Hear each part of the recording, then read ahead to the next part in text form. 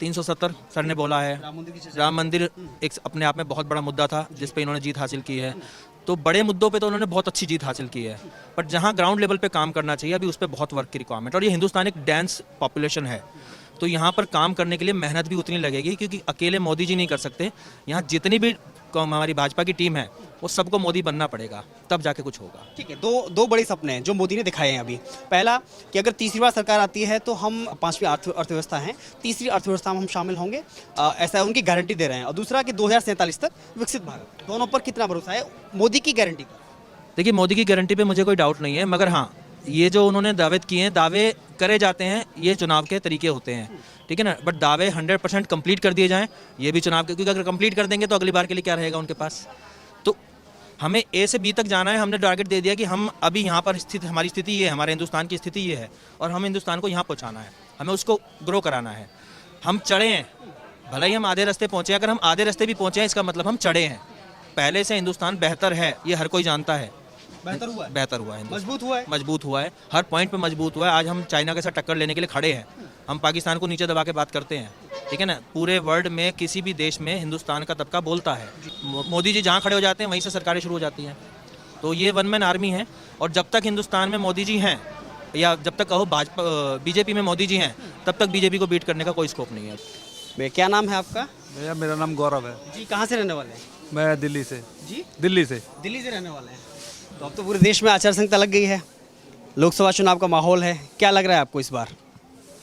लग तो ये रहा मोदी जी 400 पार तो नहीं, लेकिन हाँ सरकार तो बनी जाएगी। सरकार तो बन जाएगी लग रहा है। भाजपा की दावा है, लेकिन आम जनता क्या सोचती है? आम जनता का ही लग रहा है, जो ये मैं आम जनता का नहीं बता रहा, मैं अपना बता रहा हूँ।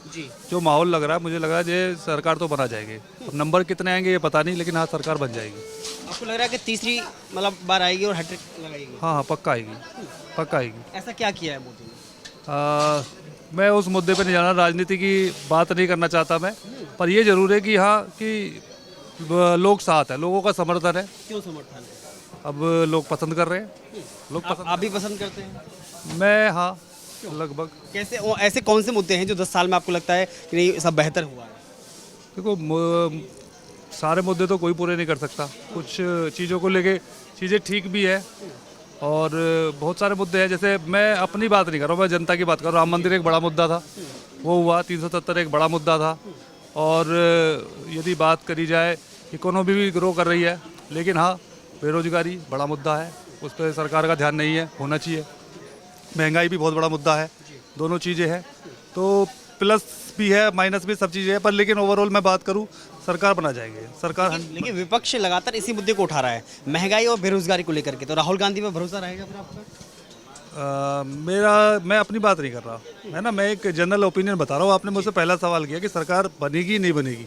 हाँ, सरकार इनकी बन जाएगी, बीजेपी की सरकार बन जाएगी। मैं अगर आपकी दृष्टि से हम उसे देखें, राहुल गांधी को, युवा हैं, पूरे देश में घूम रहे हैं, और मुद्दा भी सरकार पे हावी है उनकी तरफ से कि युवा परेशान है। तो आपको ऐसा लगता है कि युवा परेशान है? राहुल गांधी भी सही है मेरे हिसाब से, तो ठीक है, वो अपना काम कर रहे हैं, विपक्ष में विपक्ष का काम कर रहे हैं। उनका काम है कमियों को ढूंढना। और दूसरी बात ये भी कि देखो, आप भी सोशल मीडिया पे जानते हैं कि इमेज ख़राब भी करी जाती है, बट लेकिन फिलहाल समय मोदी जी का है। अभी 5 साल और कोई नहीं आने वाला। क्या उम्मीद करते हैं अगर तीसरी बार सरकार आती है तो आप, और उनसे क्या उम्मीद करते हैं कि उनको क्या करना चाहिए? ऐसे कौन से फैसले हैं जो उनको लेने चाहिए? मेरे हिसाब से तो बेरोजगारी और महंगाई जो है, इस पे काम करना चाहिए। बाकी तो डेवलपमेंट तो ठीक है, बाकी सब मुद्दों पे तो सरकार ठीक है। ये 2 मुद्दे हैं जहाँ सरकार थोड़ा सा पीछे है, उस पर काम करना चाहिए, महंगाई और बेरोजगारी। लेकिन 2 बड़े आरोप कांग्रेस के, पहला कि अगर तीसरी बार सरकार आती है तो लोकतंत्र खत्म हो जाएगा, और दूसरा एक बड़ा आरोप कि मोदी जी डिक्टेटरशिप चला रहे हैं। ऐसा नहीं है, ऐसा नहीं है। जनता समर्थन कर रही है, जब भी तो बार बार आ रहे हैं। पर्सनली आप पसंद करें ना करें वो एक अलग बात है, लेकिन एक व्यक्ति लगातार पूर्ण बहुमत से आ रहा है, 2 बार से आ रहा है, तीसरी बार भी आ रहा है, तो जनता तो पसंद कर रही है ना।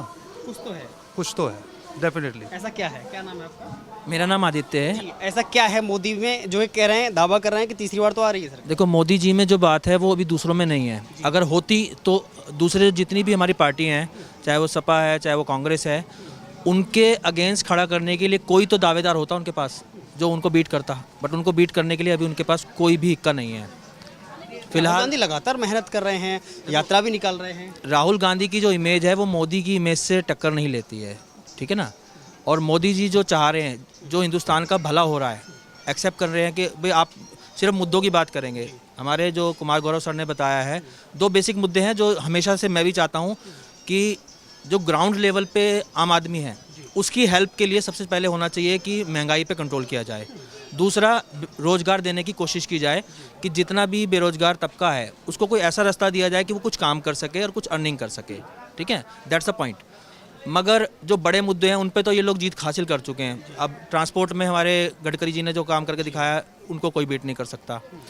ठीक है ना। और 370 सर ने बोला है, राम मंदिर एक अपने आप में बहुत बड़ा मुद्दा था जिस पे इन्होंने जीत हासिल की है।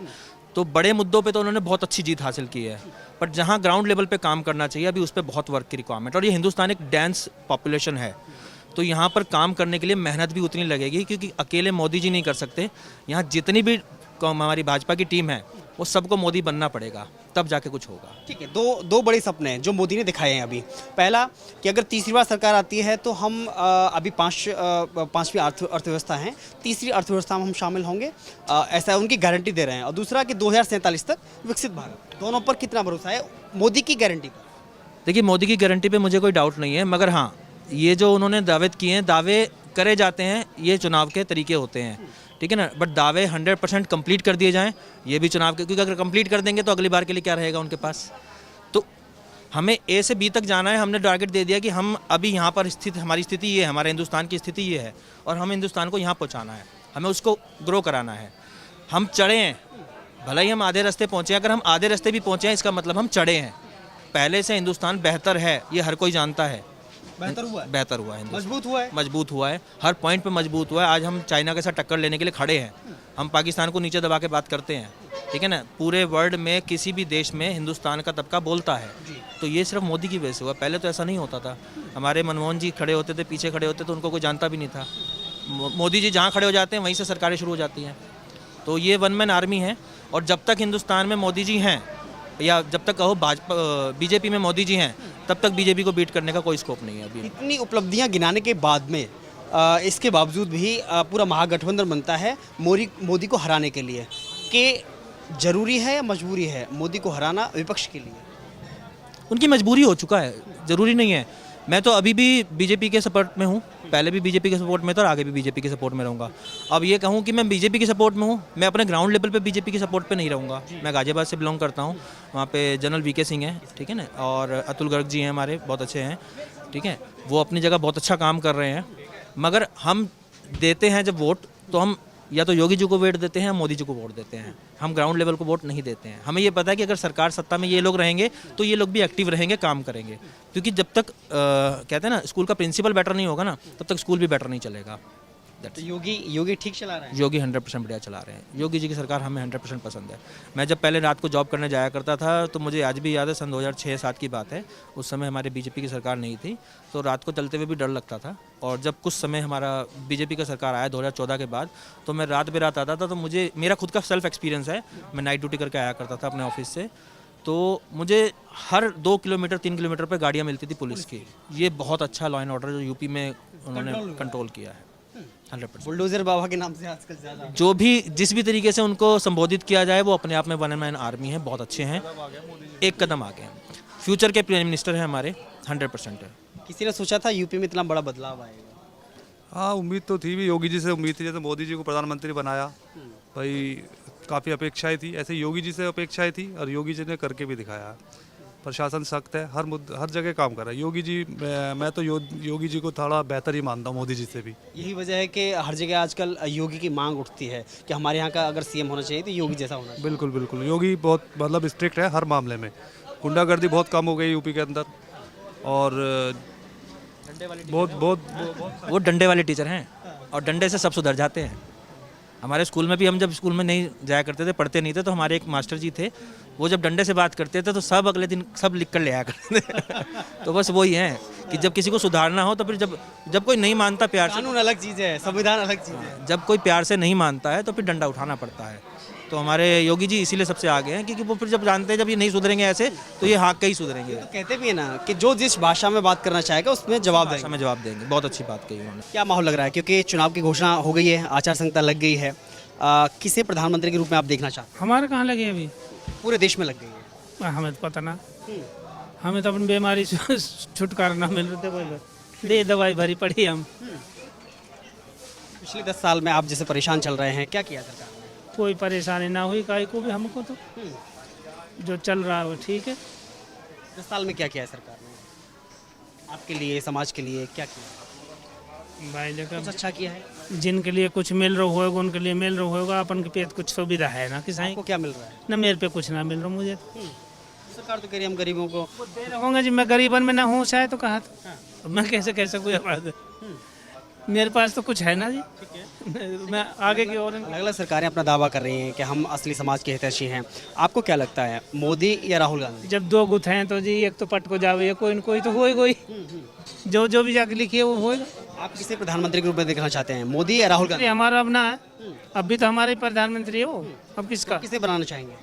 चुनाव है ना? हमारी तरफ से तो वही बन जाए, हमें क्या दिक्कत भाई, हमें तो कुछ आप दिक्कत वोट नहीं करते क्या? क्यों नहीं, वोट करते हैं ना? क्यों ना। तो किस उद्देश्य से आप वोट करते हैं? किसे चुनना चाहेंगे, राहुल गांधी या मोदी? अब जो इसकी वोट ज़्यादा आएंगे वो होएगा, मैं क्या कैसे कुछ, मैं इसमें क्या बना सकूँ का ये, मेरे हाथ में तो कुछ है ना। आप वोट क्यों डालने जाते हैं? वोट डाली इनके लिए, जो अब हैं उनके लिए डाली पहले।